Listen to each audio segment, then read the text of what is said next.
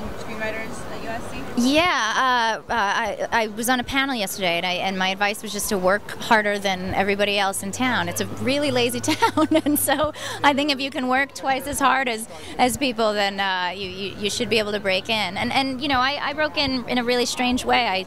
I did a lot of research on what agents were selling scripts from first-time writers, and I think if you do the research and you really try to track down the right people, you know, you can do it. But write like crazy. Thank you so much. Thank you. Can you talk a little bit about your character, Katie, in the film? Yes, so she's a waitress at a restaurant that's sort of like a TGIF, and everyone in the restaurant has decided to go out totally high on ecstasy. So everyone's having a great time, a lot of glow sticks and club music pumping. Way to end the world, I guess. Yeah, they're full of joy and happiness. There's no sorrow at Frenzies. Is that the route that you would take? Ecstasy and glow sticks? I mean, it's so not who I am in life that why not, for the last couple days on Earth, just be a total party animal. I'm gonna turn into a raver, get those enormous pants, and like do the weird glow stick arms. Yeah. And you also lived at Apocalypse with Steve Carell and Kira, am I correct? Yeah. And how was that? Delicious. Who was better? Stop asking me this question. There's no better. It's just apples and oranges, just beautiful pairs of lips. What's your philosophy at the end of the world? I feel you might spend one day going crazy and just eating whatever you wanted and looting and you know, jumping out of airplanes and things, but then you'd probably get tired of that and just want to hang out, maybe play checkers, I don't know. Maybe go up to Santa Barbara and just drink wine and watch the ocean. I think so. Yeah. If you were to seek a friend at the end of the world, how do you guys seek out? Oh, We have to seek out each other. I know. Yeah. And so what are you working on? I know you were just recently on The Voice. Yeah, I just finished The Voice, so I'm making my first record. It'll come out this fall, so I've already started that. So that's happening very quickly. Great. And what about you? I just finished working on a movie called Some Girls, which is an adaptation of a Neil LaBute play, and Adam Brody is the lead character in that. Well, thank you so much for your time. You're welcome. Good to meet you. Can you tell me a little bit about your character in the film? My character is a lady who really wants a boyfriend, and now the world is ending, so she's as desperate as you can possibly be. Okay, and what would your philosophy be at the end of the world? Do you think you go out trying to find people to be with, or do you think you go on ecstasy like somebody else? Well, I'm always on ecstasy, so no.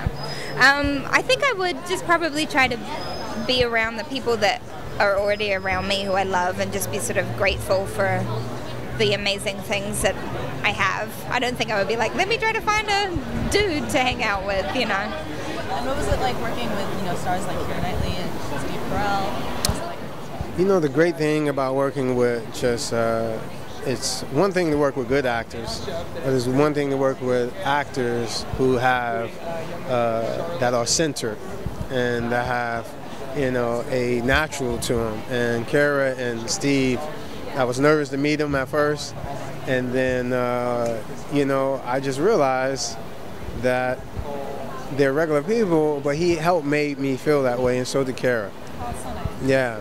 And so, what are you working on next? What I'm working on next, or my next film that's coming out, is called Sparkle, and that comes out August 17th with the late Whitney Houston, and I'm very excited about that.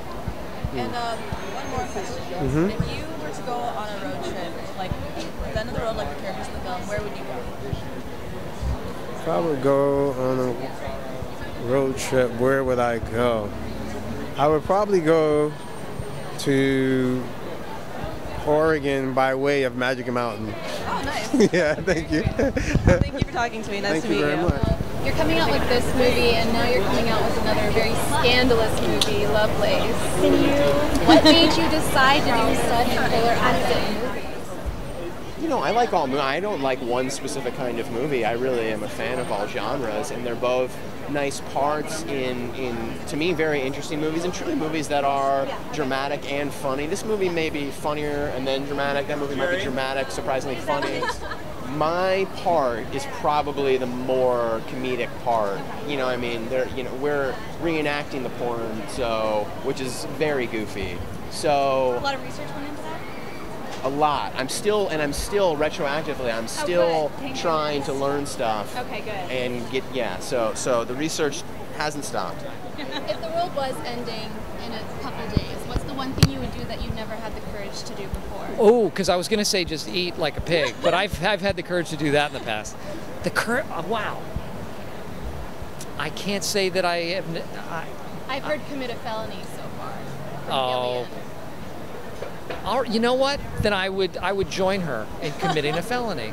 If that's what she wants to do, the two of us are going to rob a bank, armed robbery. Is this the most epic road trip you've ever been on? Went to visit my girlfriend at the time. Drove with a buddy from Massachusetts to Illinois. Got there and found out she was no longer my girlfriend, but she'd already started dating someone else. So it was epic on the way and very tragic on the way back. Who would be your friend at the end of the road? My wife for sure. My wife and kids. That would be my little circle. Thanks guys. Thank you. Bye.